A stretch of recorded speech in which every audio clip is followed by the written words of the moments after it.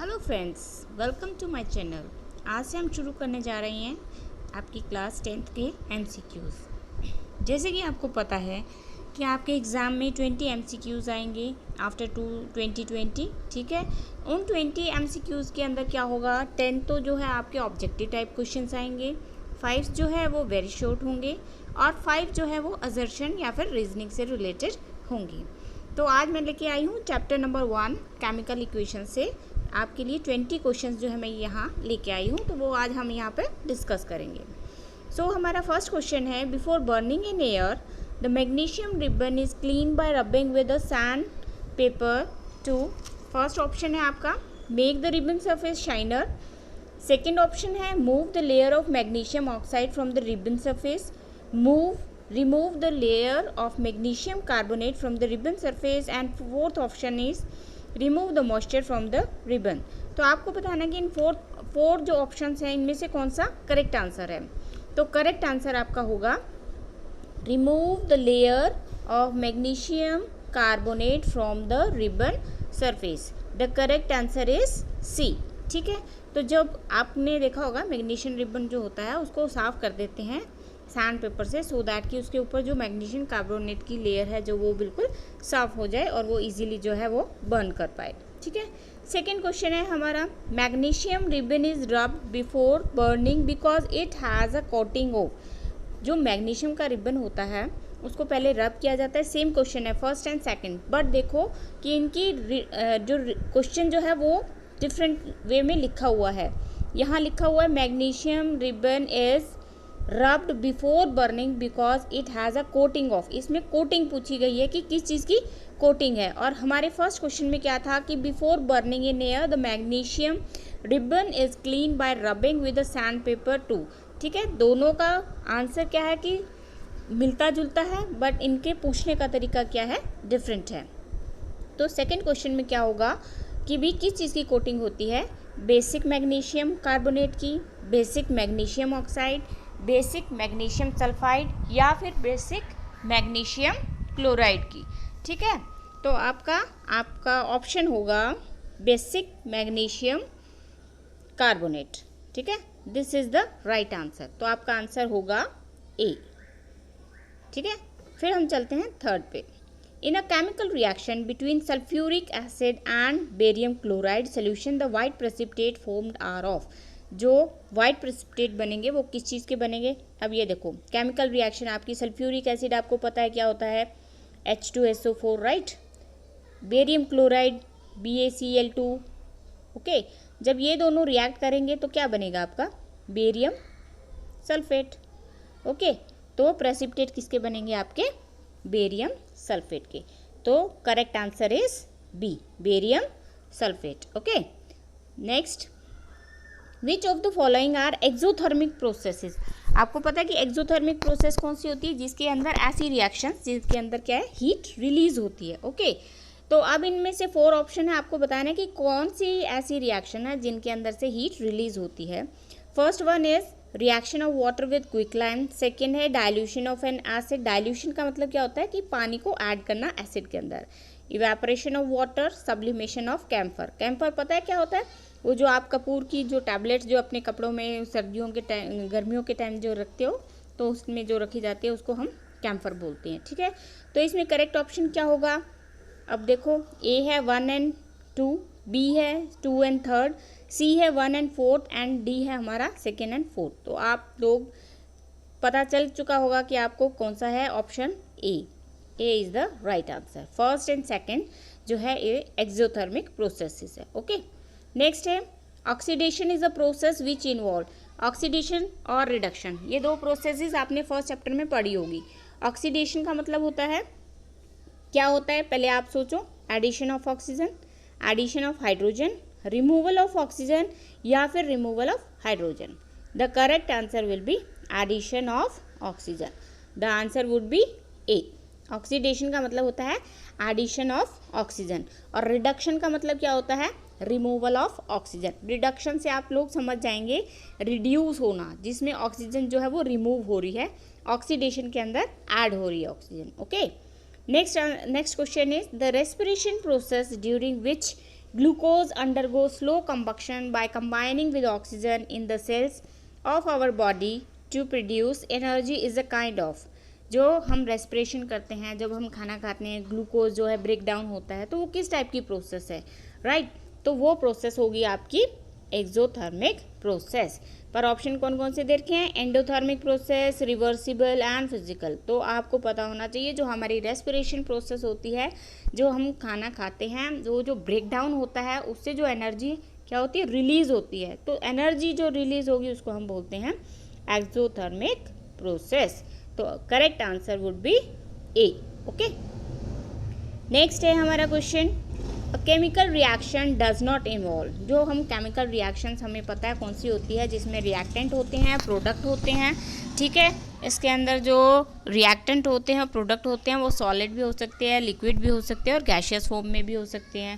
तो उसके अंदर क्या इन्वॉल्व नहीं होगा, first formation of new substances having entirely different property than that of the reactant, b breaking of old chemical bond and formation of new chemical bond, rearrangement of atom of reactant to form new product, d changing of atom of an element into those of another element to form new product। तो seventh का answer आपका होगा D, ठीक है, changing of the atom of an element into those of another element to form a new product।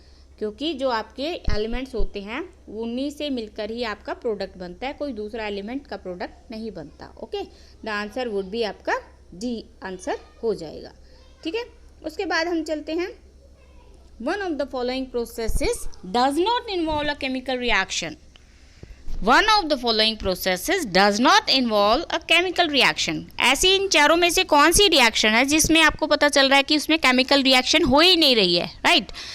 First है melting of candle wax when heated.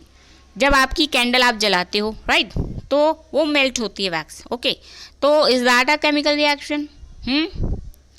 चलो second पे चलते हैं, burning of candle wax when heated. जब आप candle wax को heat करते हो तो जब बर्न होती है, क्या वो केमिकल रिएक्शन है? Third, digestion of food in our stomach. जो हम खाना खाते हैं उसका जो डाइजेशन होता है, क्या वो केमिकल रिएक्शन है? फिर है राइपनिंग ऑफ बनाना। क्या जो बनाना जो ग्रीन से येलोइश में कन्वर्ट होता है, क्या वो केमिकल रिएक्शन नहीं है? तो इनमें से आपको एक पता चल जाएगा कि कौन सी जो है केमिकल रिएक्शन नहीं है। First one, melting of candle wax when heated. जब आप कैंडल को हीट करते हो तो जब वो मेल्ट होती है तो वो कोई केमिकल रिएक्शन नहीं है, क्योंकि वो मेल्टिंग हो रही है, उसके अलावा उसके अंदर कोई केमिकल चेंज नहीं हो रहा। तो answer would be A. Okay, then आता है हमारा, it is necessary to balance a chemical equation in order to satisfy the law of. जो हम केमिकल इक्वेशंस होती है उसको हम बैलेंस करते हैं। ये बैलेंसिंग केमिकल इक्वेशन की मैंने एक वीडियो बना रखी है बच्चों, अगर आपको बैलेंस करनी ना आती हो तो आप मेरी उस वीडियो पे जाकर देख सकते हो कि भी कैसे बैलेंस कर सकते हैं आप। अगर आपने मेरा ये चैनल अभी तक सब्सक्राइब नहीं किया है तो प्लीज़ सब्सक्राइब कर लीजिए, सो दैट कि मैं आपको ईजी वे में समझाती रहूँ। इसके ऑप्शन हैं conservation of motion, conservation of momentum, conservation of energy and conservation of mass. तो जो हमारी केमिकल इक्वेशंस होती है उनको जब हम बैलेंस करते हैं तो वो कौन से लॉ को सेटिस्फाई करती है? वो सेटिस्फाई करती है कंजर्वेशन ऑफ मास। जितना रिएक्टेंट का मास होता है, यहाँ पर हमारे रिएक्टेंट होते हैं, राइट। तो ये रिएक्टेंट और जो प्रोडक्ट होते हैं, ठीक है, इन दोनों का मास जो है वो बिल्कुल सेम होता है। अगर यहाँ पे 36 ग्राम है तो यहाँ पर भी 36 ग्राम ही प्रोडक्ट का मास होता है। तो ये कंजर्वेशन ऑफ मास को जो है वो सेटिस्फाई करती है। ओके, आप लोग बोर तो नहीं हो रहे हो बच्चों? क्योंकि ऑब्जेक्टिव टाइप क्वेश्चन तो ऐसे होते हैं, अगर आप उनके एक बार आंसर देख भी लेते हो, अपनी आंखों के आगे से निकाल भी लेते हो, तो वो आपके माइंड में बैठ जाते हैं। और इससे क्या है कि आपका चैप्टर भी क्लियर हो जाता है कि आपने जो चैप्टर में पढ़ा है, तो उसे ये मोस्टली MCQ दिए ही इस वजह से जाते हैं, सो दैट कि वो ये देख सके कि क्या बच्चों ने जो चैप्टर है वो थोरोली पढ़ा है, क्या उसके माइंड में वो बैठा हुआ है, या फिर उसने जस्ट ऐसे ही रफ रीडिंग की हुई है, ठीक है। तो मेन मकसद MCQs का यही होता है, ठीक है। आप लोगों ने देखा भी होगा कि कॉम्पिटिटिव एग्जाम्स में क्या होते हैं, मोस्टली ऑब्जेक्टिव टाइप ही आते हैं पहले, राइट। वो इसीलिए ये देखने के लिए क्या बच्चे का कंसेप्ट क्लियर है, ठीक है। तो अब हमारा 10th क्वेश्चन है, all the method mention below can be use to prevent the food from getting rancid except. आप रेंसिड, आपको पता है कि क्या होता है, कि रेंसिड क्या होता है, उसमें से स्मेल आनी शुरू हो जाती है फूड के अंदर से। आप काफ़ी दिन अगर बाहर रख दो फूड को तो क्या है कि उसके अंदर से स्मेल आनी शुरू हो जाती है। तो all the method mention below can be use to prevent the, इनमें से कौन से मेथड जो है आप रेंसिड से बचा सकते हो? Storing the food in the air tight container, storing the food in refrigerator, keeping the food in clean and covered container, always touching the food with clean hand. ये आपका 3rd and 4th, keeping the food in clean and covered container, always touching the food with clean hand. ये जो है आपका, इसमें ये 2 option जो है ये आपके सही है। अब इनमें आप देखो कि इनमें कौन से ऑप्शन है, A, B, C and D। तो इसमें आपका ये जो ऑप्शन है जो D है, 3rd and 4th, ये इसका आंसर होगा। तो आपका आंसर है इसमें D। ओके, नेक्स्ट है हमारा, rusting of iron involve a chemical reaction which is a combination of dash. तो अब आपने रस्टिंग के बारे में पढ़ा होगा कि रस्टिंग ऑफ आयरन कैसे होती है, ठीक है। तो उसमें कौन कौन सी 2 प्रोसेस होती है, reduction as well combination reaction, oxidation as well as combination reaction, reduction as well as displacement reaction, oxidation as well as displacement reaction. तो इन 4 रिएक्शन में से कौन सी 2 रिएक्शंस होती है? तो हमारा आंसर होगा B, oxidation as well as combination reaction. जब भी रस्टिंग ऑफ आयरन होती है तो ये जो 2 कॉम्बिनेशन है ये आपको देखने को मिलते हैं। कौन सा? Oxidation as well as combination reaction. Okay, the answer would be B. Fine. फिर है आपका, देखो, copper oxide plus hydrogen gives copper plus water. This is the chemical reaction is given. This reaction represent, ये reaction जो है आपको क्या represent करती है? Combination reaction as well as double displacement reaction. Double displacement तो नहीं हो रही है इसके अंदर, राइट। सेकेंड है redox reaction as well as displacement reaction. तो इसमें redox reaction as well as displacement reaction. Third है double displacement reaction as well as redox reaction. Decomposition reaction as well as displacement reaction. तो इसका answer होगा आपका B, redox reaction as well as displacement reaction. ये जो आपको equation given है, ये केमिकल इक्वेशन, इस केमिकल इक्वेशन के अंदर आपकी ये redox reaction as well as displacement reaction हो रही है। तो इसका आंसर आपका होगा बी। ओके, फिर आपके आता है, when ferrous sulphate is heated strongly it undergo decomposition to form ferric oxide as a main product accompanied by the change in color from, जो कलर है फेरस सल्फेट जब हीट करते हैं उसको, जब वो डीकम्पोजिशन रिएक्शन उसके अंदर हो रही होती है और फेरिक ऑक्साइड जो है वो मेन प्रोडक्ट बनता है, तो उसके अंदर जब जो कलर चेंज होता है वो कौन से किस कलर से किस कलर में चेंज होता है? Blue to green, green to blue, green to brown या ग्रीन टू येलो। तो इसमें आपका आंसर होगा green to brown. This is your answer. Colour जो फेरस सल्फेट क्या है, नीला तो होता आपने पढ़ा होगा, तो उसका कलर ग्रीन होता है। जैसे ही उसमें डिकम्पोजिशन रिएक्शन होती है तो उसका कलर चेंज हो जाता है ब्राउन से। तो आंसर वुड बी सी। ठीक है, फिर है, विच of the following gases is used in the storage of fat and oil containing food for a long time.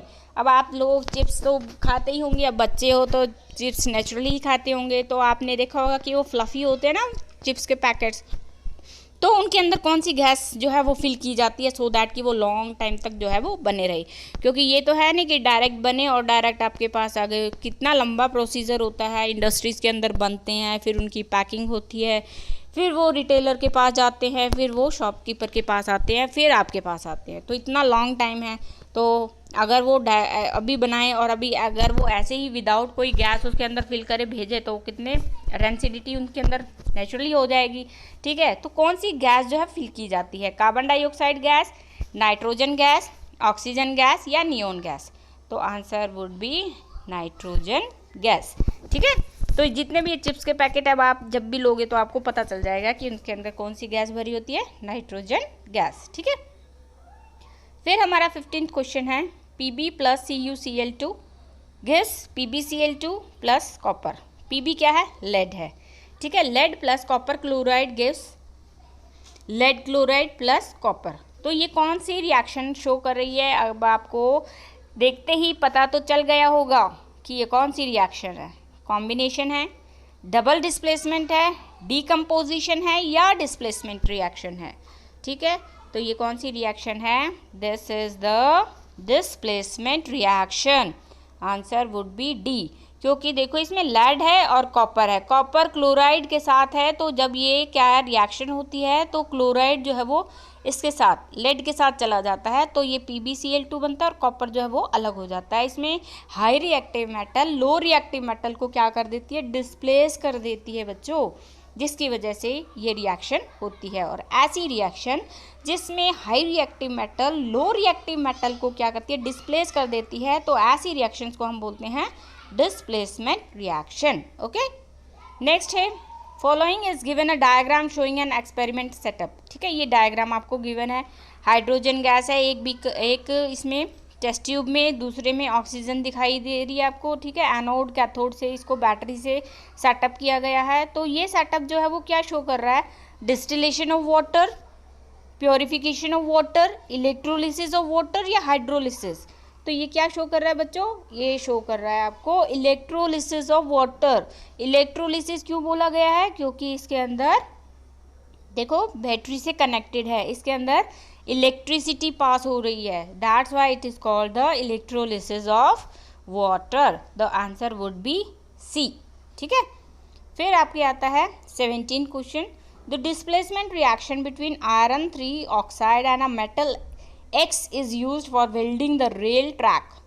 Here X, इसमें आपको X बताना है जो मेटल है वो कौन सी है। ठीक है, तो इसके अंदर कॉपर ग्रेन्यूल, ठीक है, मैग्नीशियम रिबन, सोडियम पेलेट्स या एल्यूमिनियम डस्ट, इन चारों में से कौन सी जो मेटल है जो आपके रेल ट्रैक्स की वेल्डिंग के अंदर यूज़ की जाती है? तो आंसर इज एल्यूमिनियम डस्ट। ठीक है, एल्युमिनियम डस्ट जो है वो यूज़ की जाती है रेलवे ट्रैकिंग की जो वेल्डिंग के टाइम पे इसको यूज़ किया जाता है। ओके, नेक्स्ट है the neutralisation reaction between an acid and a base is a type of. जो न्यूट्रलाइजेशन रिएक्शन होती है एसिड और बेस के अंदर, ये तो आप सबको पता है कि जब भी रिएक्शन होती है एसिड और बेस के अंदर, उस रिएक्शन का नाम होता है न्यूट्रलाइजेशन। उसका प्रोडक्ट होता है वाटर बनता है एंड सॉल्ट बनता है, right. So the neutralization reaction between an acid and a base is a type of double displacement reaction, displacement reaction, addition reaction या decomposition reaction। तो वो किस टाइप की रिएक्शन होगी बच्चों? जब भी न्यूट्रलाइजेशन रिएक्शन होगी तो वो होती है आपकी डबल डिस्प्लेसमेंट रिएक्शन। कौन सी होगी? Double displacement reaction. Okay, then 19 question, the chemical reaction between hydrogen sulfide and iodine to give hydrogen iodide and sulfur is given below। ठीक है, आपको ये रिएक्शन गिवन है। ठीक है, इस रिएक्शन के अंदर आपको बताना है the reducing and oxidising agent involve in this redox reaction. Redox reaction कौन सी होती है? जिसमें reduction as well as oxidation दोनों ही होते हैं, उनको हम रिडॉक्स रिएक्शन बोलते हैं। ठीक है, तो उसके अंदर आपको बताना है कि कौन सा रिड्यूसिंग एजेंट है और कौन सा ऑक्सीडाइजिंग एजेंट है। First option is iodine and sulphur respectively, iodine and hydrogen sulphide respectively, sulphur and iodine respectively, hydrogen sulphide and sulphur respectively. तो इसमें आपको चूज करना है कि रिड्यूसिंग एंड ऑक्सीडाइजिंग एजेंट कौन से हैं। तो आपका आंसर है B, iodine and hydrogen sulphide. Iodine देखो ये आयोडीन, आयोडीन के साथ क्या है कि आयोडीन जो है वो हाइड्रोजन के साथ मिल रहा है। ठीक है, this is reducing agent and oxidising agent में हाइड्रोजन सल्फाइड, ये जो है इससे क्या है कि ब्रेक हो रहा है, सल्फर जो है वो ब्रेक हो रहा है, तो ये क्या है आपका ऑक्सीडाइजिंग एजेंट। तो आंसर इज आपका बी। इस क्वेश्चन का आंसर क्या होगा आपका? बी। ओके, फिर है आपका last question, not the least. When Ag क्या होता है? Silver is expose to air it get a black coating. अब आप लोगों ने देखा होगा कि आप जो सिल्वर की रिंग पहनते हैं या फिर कोई भी ईयरिंग पहनते हैं सिल्वर की पहनते हैं, या फिर आप पाजेब पहनते हैं, ठीक है, तो वो सिल्वर कलर की होती है। आप काफ़ी टाइम तक उसको पहने रखते हो तो वो ब्लैक कोटिंग उसके ऊपर आ जाती है। तो वो क्या शो करती है आपको? क्या होता है वो एक्चुअल में? AgNO3, Ag2S, Ag2O या Ag2CO3, यानी silver nitrate, silver sulphide, silver oxide या फिर सिल्वर कार्बोनेट। आप लोगों को पता होना चाहिए कि जो ब्लैक कोटिंग होती है सिल्वर के ऊपर वो आपके आती है सिल्वर सल्फाइड की वजह से। तो आंसर इज बी। ठीक है, black coating of silver is due to the silver sulphide. The answer would be Ag2S। Okay, this is our 20 questions of chapter 1। ठीक है बच्चों, अगर आपको मेरी ये वीडियो अच्छी लगी हो तो please like and share it and comment also. अगर आपको इनसे रिलेटेड, इन चैप्टर से रिलेटेड कोई भी MCQs अगर आपको चाहिए है तो I will definitely make for you. अगर आपको कोई भी प्रॉब्लम हो तो प्लीज़ कमेंट करना और मेरे चैनल को सब्सक्राइब करना। Thank you so much.